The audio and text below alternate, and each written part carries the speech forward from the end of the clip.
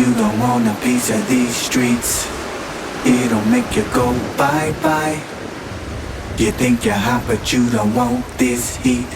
It'll make the helicopters fly by.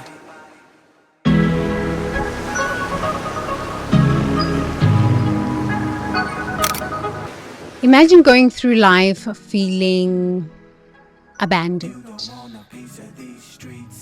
feeling this chronic sense of loneliness, feeling alone in this world because you're estranged from your family. So welcome to Wisdom Wednesday, and in this video I am going to be talking about the silent, shameful epidemic that is going on in humanity that most of us really do not want to talk about, and that we really need to talk about it and release the stigma and the shame around family estrangement. Igama lam Huthembi Buthelezi, Queen Bringer of Good Hope, the founder of Future Gen Leaders. Welcome to Future Gen Leaders channel.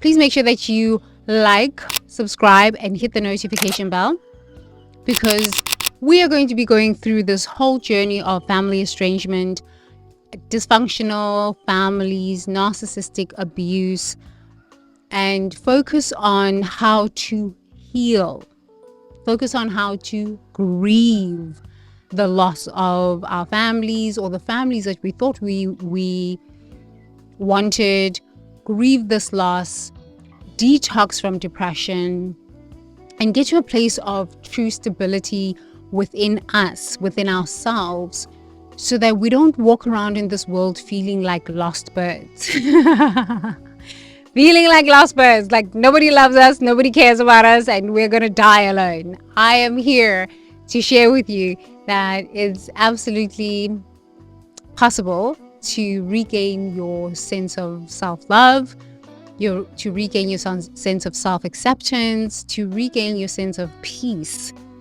and detox yourself out of depression after you've lived through a narcissistic abuse, especially if you grew up in a narcissistic family where you weren't appreciated as a chosen one, as the visionary of your family, as a star seed, as a light worker in your family, and you've now found yourself in relationships after leaving home and in the work environment where you keep experiencing the same torture. Welcome. So for many of us who have grown up in narcissistic family dynamics, where you were the scapegoat of your family, and you were the one that was constantly blamed for everything that went wrong in your family, I now have come to understand that you are probably the chosen one in your family to break generational cycles, to break generational curses that have been plaguing your family for a long time.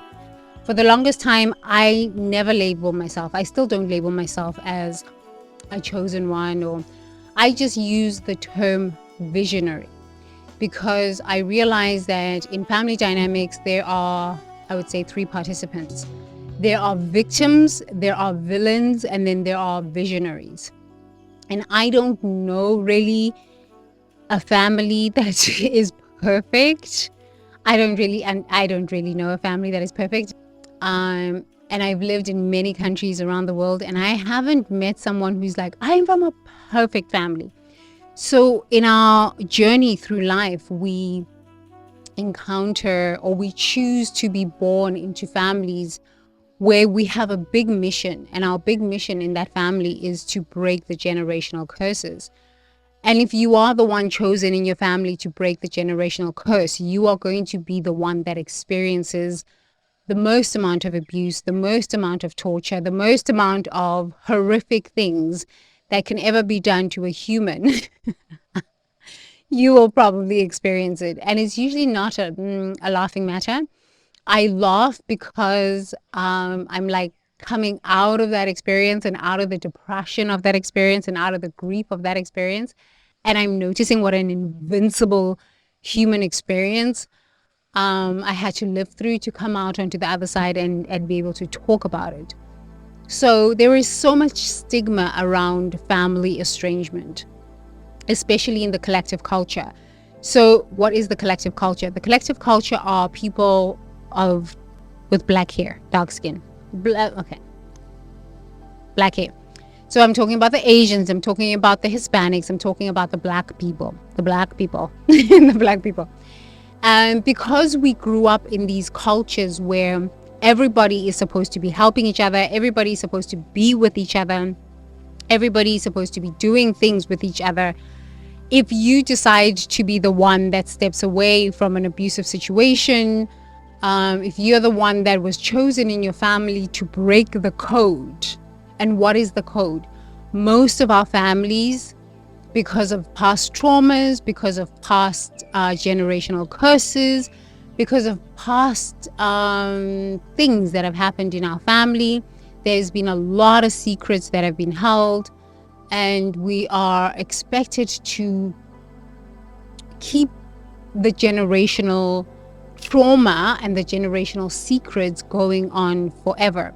So if you're the one in your family that decides, yeah, no, this is not going to work for me, I have been abused too much, I can no longer take this, which is usually you're an empath, and this is what I've really come to understand.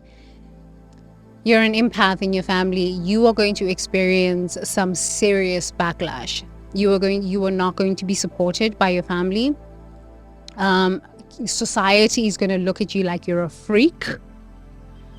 And people are going to try to not support you so that you can fail and then go back into the community that was originally abusing you. This is what I've learned about being the scapegoat in my family. This is what I've learned about being the chosen one in my family to break generational curses. The generational curse that I needed to break as a visionary in my family and just in just the community of the collective, especially in South Africa, is depression. And to talk about the narcissistic abuse that leads to the grief, that leads to the depression. In the individualistic culture, I have found that many people go to therapy and talk about their mother never loved me wounds, and their father never loved me wounds, and my dad did this to me, and my mother did this to me, and my mother kicked me out of the house, or my father was never loving, or I didn't grow up without a father, and I didn't grow up without a mother. I found that in the Western culture, they are more open to speak about the traumas that they have lived through in childhood, and they can recognize their anxious attachment patterns, and their disorganized attachment patterns, and their secure attachment patterns. And all of the other attachment styles.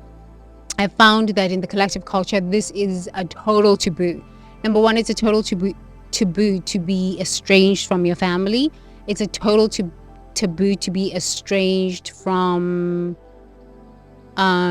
this community that keeps wanting to send you back to your family where you can get abused and not acknowledged.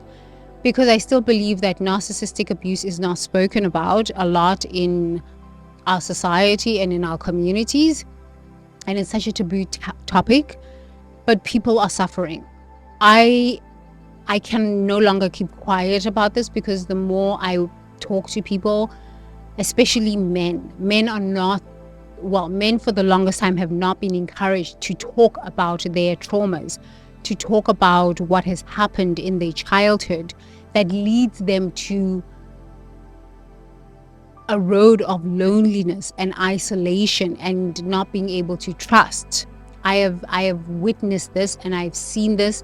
And if they are in a family, if they create their own family, and this doesn't work because of the patterns of abuse that they haven't dealt with from childhood now show up in their marriage, and they haven't worked through their own issues from childhood and the pain from childhood, the result is they unalive themselves. And I'm kind of really tired of this, but I also see it in the collective culture with women. As women who come from very narcissistic homes will usually get themselves involved with narcissistic men, narcissistic girlfriends, I have lived that pattern, and thank goodness I am totally out of that.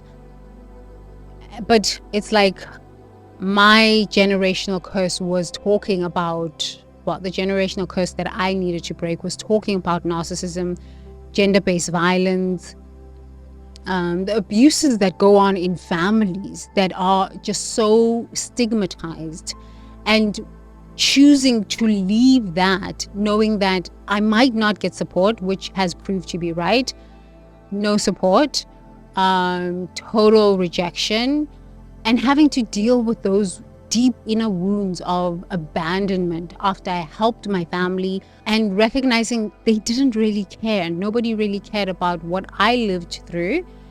They cared about what they were going to get out of it. And what I've noticed along the way is that this is the legacy of narcissism, and so many people are living through this hell, and they feel so isolated and they feel alone. Number one, I want to share with you that you're not alone. There are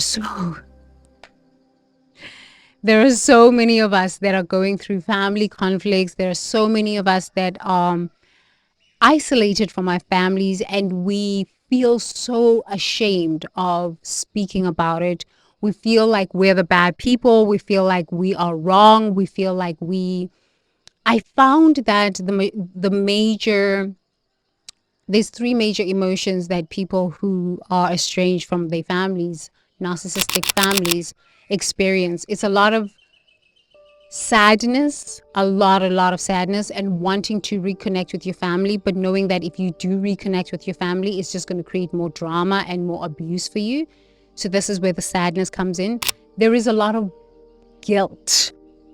I have to share that, like, I went through 5 years of just intense guilt and I was thinking to myself, but like, why do I feel guilty? My family steals my money. They wipe out my bank accounts. They are plotting to kill me. They disrespect me. Why do I feel guilt about protecting?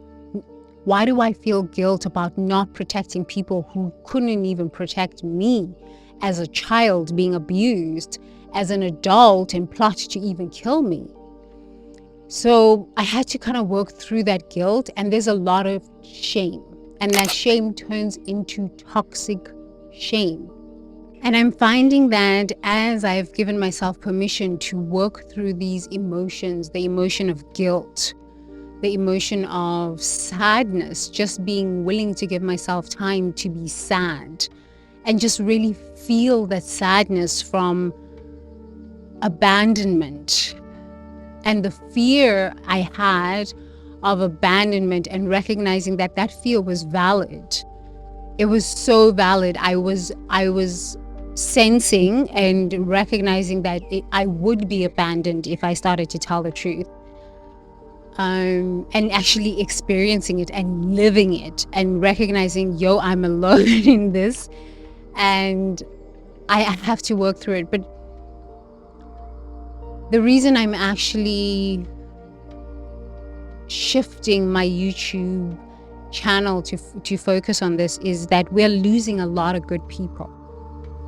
We're losing a lot of good people. My dad was one of these visionaries, and nobody really understood him. He had a lot of trauma from childhood, and he was really abusive because of that trauma, because he hadn't worked through that trauma. And my dad is my first love. first love, even though he was really abusive. In taking the time to grieve my dad's transition, in taking the time to grieve the relationship I didn't have with my dad, has shown me that truly our parents are, I want to say they're doing the best they can, but when you're coming from a narcissistic family, there is so much trauma. There are so many secrets that have been held for so many generations. It's impossible to have a healthy relationship with your family and with your parents. So I've been grieving the transition of my dad, because my dad passed away 2 years ago, and I've just been grieving that. But underneath all of that grief was the grief of not having the family that I thought I deserved and that I wanted, that I made up in my mind. And for so many of us, we get born into this world and we see on TV what families are supposed to look like, or this ideal version of what families are supposed to be like. And when we don't get that version of what family is, it can really crush you. It can really, really crush you. I'm grateful that I have my husband, but there's still that like longing of a mom and siblings. And I realized that I had to give up too much of myself, of my mental health, to be in toxic relationships. So I decided that estrangement was the only way forward for me. On top of that, I didn't want to get killed. So, okay, my story is kind of extreme. But, you know, I've noticed that quite a lot of people are living the same hell. And some people just cannot talk about it. Their throat chakra is closed. And it's just never been popular to talk about family estrangement. It's never been popular to talk about narcissistic abuse in families. But when we don't talk about these issues that are going on in our families, they affect how we run companies, they affect how we work, they affect our intimate relationships, and they affect our friendships. So I want you to understand that, honestly, it's not entirely your fault that you've lived through some seriously interesting stuff. It's not. I want to encourage you. I couldn't say this last year. I could say this, but I was in so much pain myself. I couldn't even create a YouTube channel where I was ready, even like willing to talk about family estrangement, to talk about narcissistic dynamics in families from a healed place. So if I had started talking about it last year, it wouldn't have been in integrity with my spiritual practice.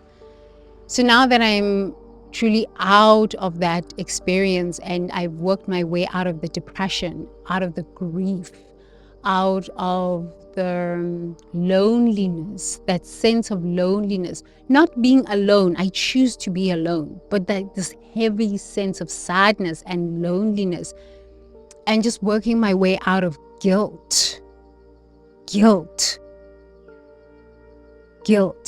A lot of us carry a lot of guilt and shame. We carry a lot of shame. If you're a chosen one, you're a scapegoat in your family, you carry unconscious shame that you don't even understand, and this stuff is not your stuff. So I want to encourage you and say, there is a way out. You can recover, you can heal from all of these emotions that have been weighing you down, from family secrets, from narcissistic family dynamics, dysfunctional family dynamics, being the scapegoat of your family, where you're just blamed for everything and you just have taken on the weight of your family and the weight of the problems of other people, and you just don't know why you just feel so heavy and depressed. There is a way out. I am living proof that there is a way out, and I have dedicated the rest of my life to discussing conflict. Where does it come from?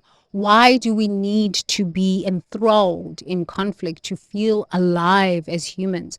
I understand conflict could be good so that we can learn to express ourselves, learn to empower ourselves. But when conflict is just constant and there is no reprieve from this constant unnecessary conflict, it can truly drain you. It can truly destroy your life. So if you are estranged from your family, please know that you're not a bad person. You're not a bad person.